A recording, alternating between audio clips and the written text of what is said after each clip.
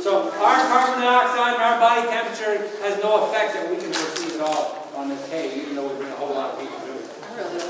What are you curious about today? Yeah? Like rocks falling on people? Have rocks fallen on people? Not since 3 days ago. The short answer is no, never. And there's a reason for that. If I put a thermometer right here, it won't change even a fraction of a degree all year. And so, you know from school, if things heat and cool, they expand and contract. That's what makes them move. There's no temperature change in here, nothing moves, nothing comes down. So it's very, very safe. Good question. What else are you curious about? Yeah? The pipeline that we saw as we were first coming in, how do they work? How do they core out the logs from the pipeline? There's a tool called a spoon bit auger, which is just what it sounds like. A giant drill bit with sharpened blades on the end, and it's manual labor. And some of those pipes are like 25 feet long. You know, it must have been a huge job. Yes?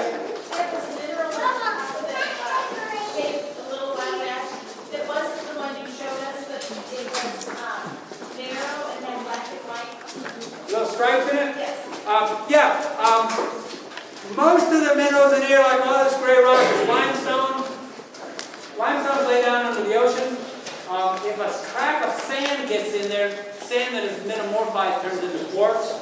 So what we see occasionally is a band of quartz going through there. That's almost certainly what we saw. Fabulous misery has some of that.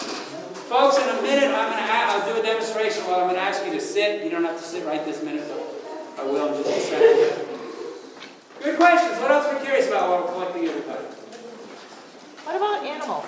What about animals? We got them. There's more that lives down here than you would think. Bats and cave crickets are what we call our keystone species. They live in the cave, but they go out to eat. When they come back, cricket waste and bat waste and cricket eggs in this soil provides food.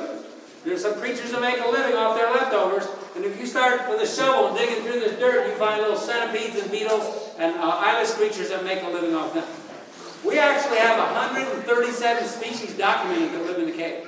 So there's more of an ecosystem than you think of, because there's no sunlight down here, of course. What else are we curious about?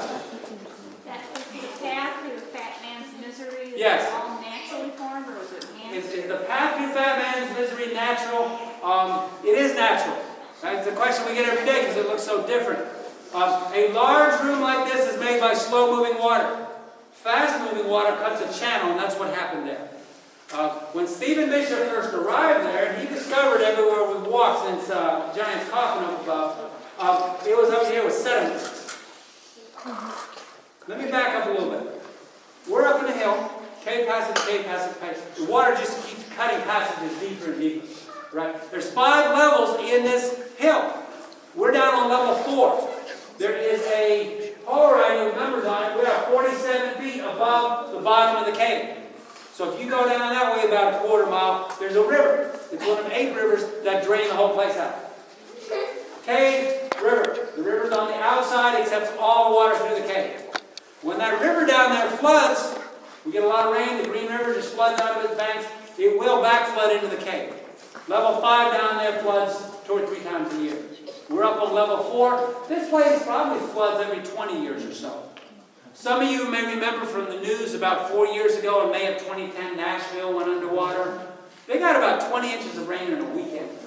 That same system brought us about 15 inches of rain that weekend, and the water came up to this red tape right here. We used to have a very nice set of wooden benches. They went that way. When the water receded, they took off. 1984, water got here. 1930s and 60s way up in there.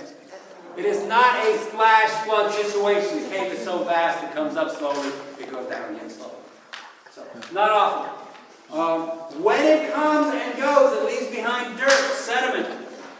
In the upper ranges, that's what those miners were digging, was ancient river sediment that had bat droppings and nitrates in it.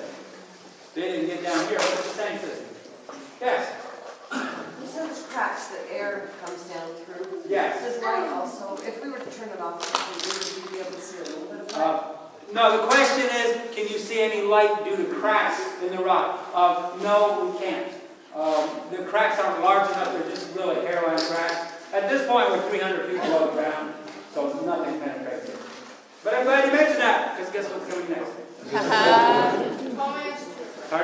this a low point? Other than when you found out I was your guide, this is the low point of your tour, yes, sir. In fact, that step over there has its own name. It's called the last step down. I guess you know what this step's called over here. I want to show you what this cave is like when we're not here. And to do that, let me turn the light on. I'm going to ask you a few favors. If you have a light on a camera or a cell phone or anything like that, power it down or hide it, please. Kids with shoes, with blinky shoes, just refrain from dancing for a couple of minutes. When the lights go out, no screaming. Ooh, ah, all you can get away with. All right. Nothing like that. So get next to somebody you know or somebody you'd like to know. Okay, Mary.